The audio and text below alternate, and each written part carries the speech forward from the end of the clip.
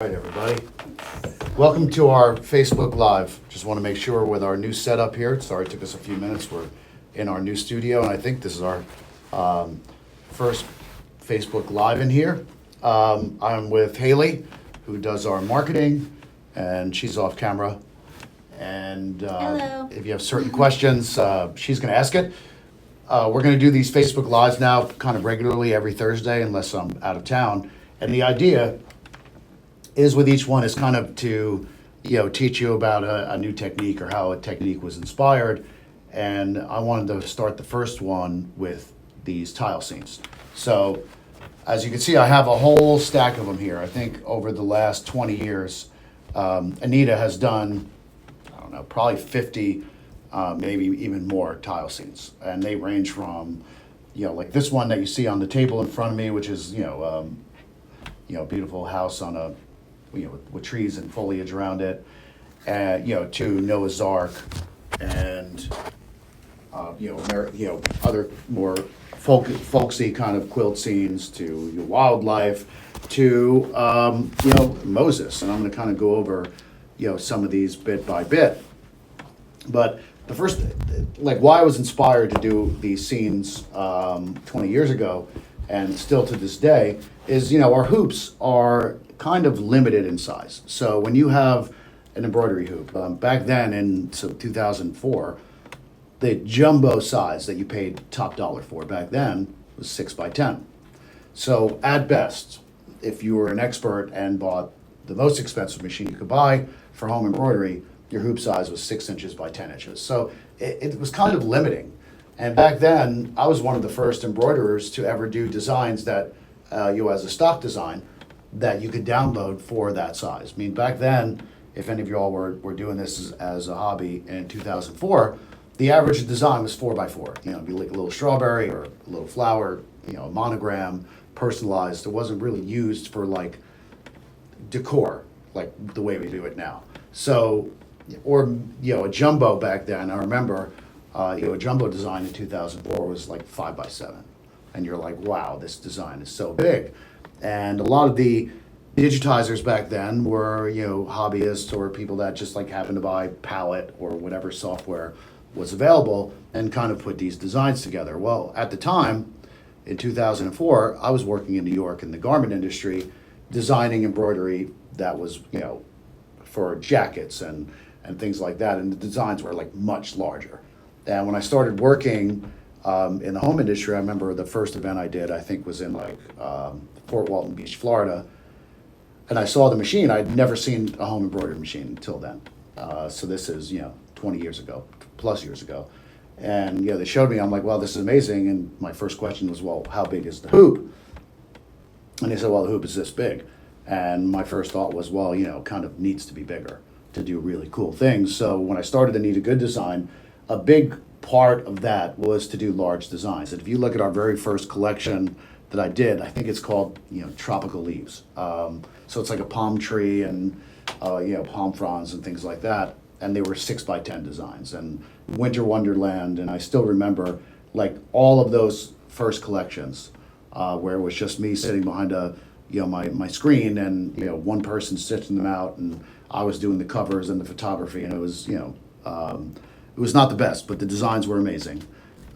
Packaging and presentation obviously has come a long way. This was before, basically downloads and online shopping, and I think the first designs we did were, I don't know if they were on floppy disk. They might have been floppy disk. So it's going back, but we couldn't stitch anything big. So I had the idea of, I'd always been inspired by quilts and obviously embroidery, and kind of combining the two together. So way before, way before, Anita did mix and match quilting, which is what we do now to this day. We had these tile scenes. So basically, when you see a tile scene, if we shoot back down to the camera here, is when you see a design like this. So again, this is that tree-lined street with the house, and I can kind of give you a different view of it. We'll get a little bit closer using this phone. And I can only go so close before it gets blurry. But this is all stippling and shaded and multiple layers of applique. But essentially, this is a 20 block tile scene. So you start by stitching design one up here in the top corner. So if we just looked at this, this design has, a pale blue background with some, free motion stitching, and the tree, which is just these branches and leaves. Okay, pretty simple when you look at it this way.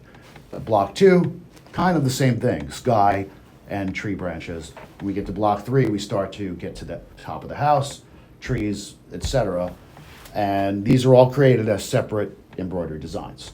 Now, for those of you that have never done a tile seam, we have a lot of customers that request these nonstop. We're always working on one.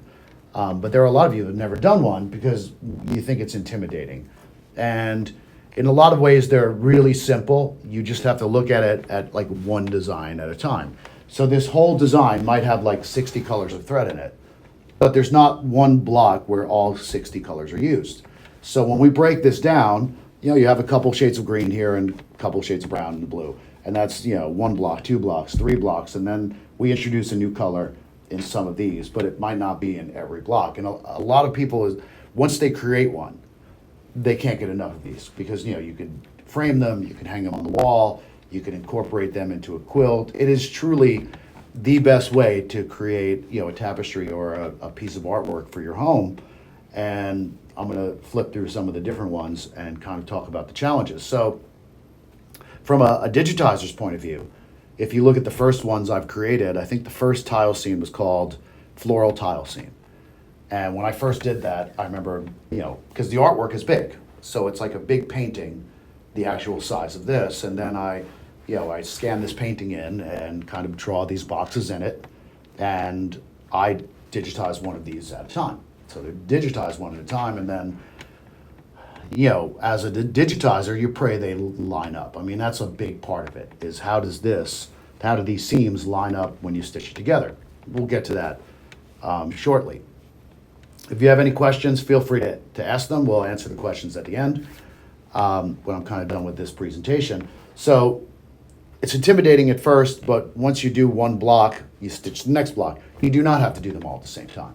The tutorials come with a fabric selection guide, so we would refer to this as, say, fabric A, fabric B, and we would show you all the colors we use in the whole project, so you'd be able to basically put your supplies together. So again, this was the house. Let me show you this one. I remember digitizing this one, and they always start kind of as a good idea.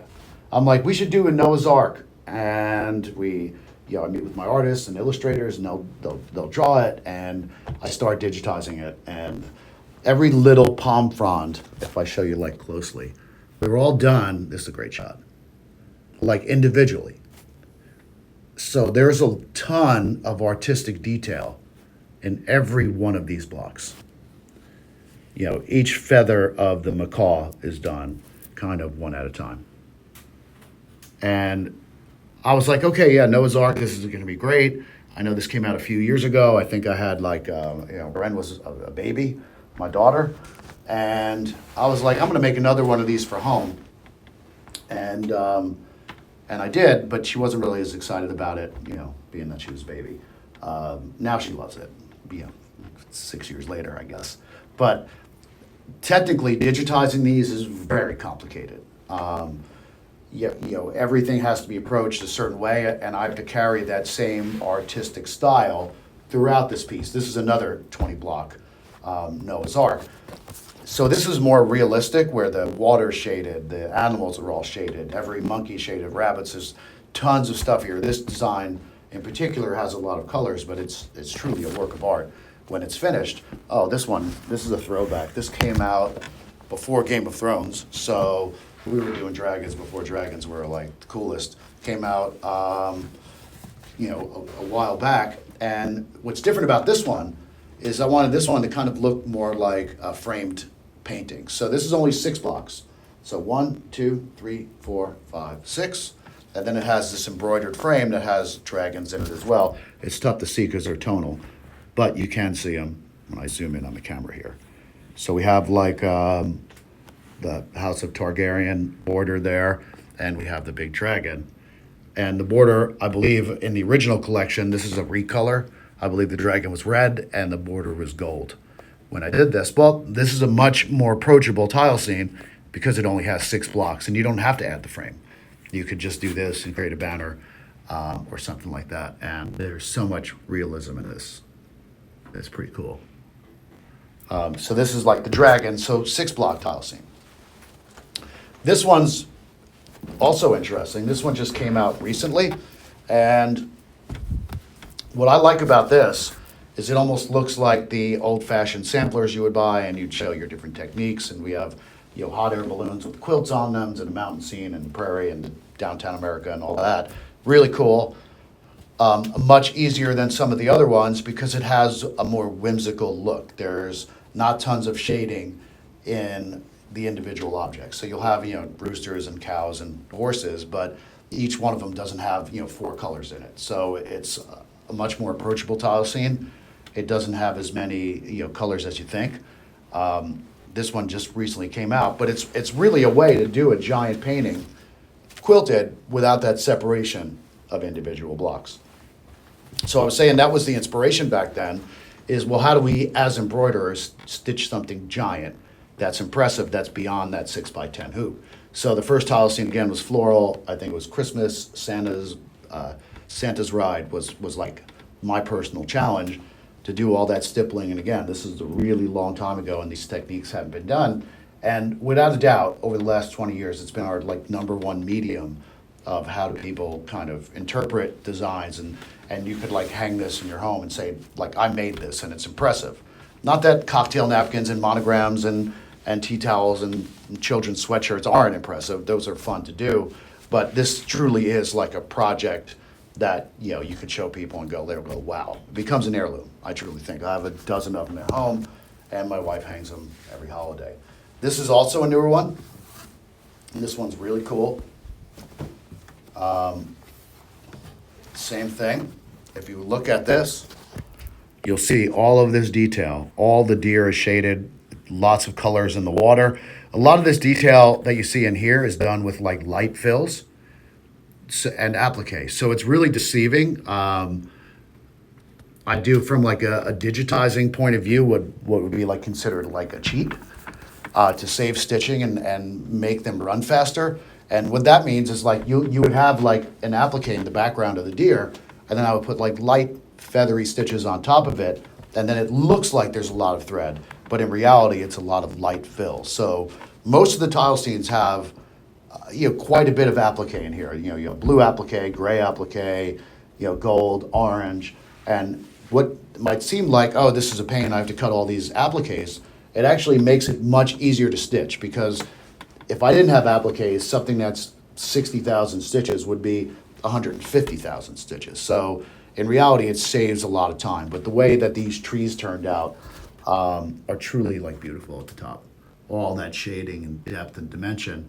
And you'll notice as I start to pull this out, you barely even see the lines. And that's the trick, is for people that have never done this, is well, how do I stitch these together? And again, every Anita tutorial is step by step, photo by photo, exactly how to make something. But you basically trim them with a 1/2-inch seam allowance around the edge. So obviously it's done on a bigger piece of fabric. You trim that 1/2-inch seam allowance, and then you're piecing them together just like a quilt. We show you really close-up shots on how to do these. Again, available with every one of our collections, is how do we piece them together, and we show you how to reinforce the fabric so you don't get stretching or pulling and puckering, and they will stitch together, without, being able to see the seam. It is pretty cool how it works. Now, if you looked really close with the magnifying glass, so you're going to see little imperfections. Let me see if I can get in there, where it joined at the seam, and it's not 1,000% perfect. Sure, you can kind of see it over here, but nobody except you would ever notice that. And that's just, maybe I didn't pull it a 16th of an inch this way or something. But it's really as simple as stitching a quilt block together. So you start at block 1, set it aside, and by the time you get to block 9, piecing it together is no problem. Here's one of my favorites. This is from the Exodus collection, and this is Moses parting the Red Sea. Truly, from a digitizing point of view, a complete nightmare to do. honestly. A lot of the things we do, like I design sound good on paper. And you're like, this will be great. We'll do the Red Sea and we'll do that. And, how are we going to do all the people? And we use some really inventive techniques with this one. But same thing, if we go in close, hold on a second, it might be too close. There we go. You see like Moses and like kind of the realism with the waves in the background, and all these satin stitches truly bring like this design to life. And again, this is a 9 block. So less blocks obviously than a 20, but those blocks might be more involved. So usually the more blocks it is, the easier each individual block is, but you might have more of them. And with these, you'll have more colors combined in each block.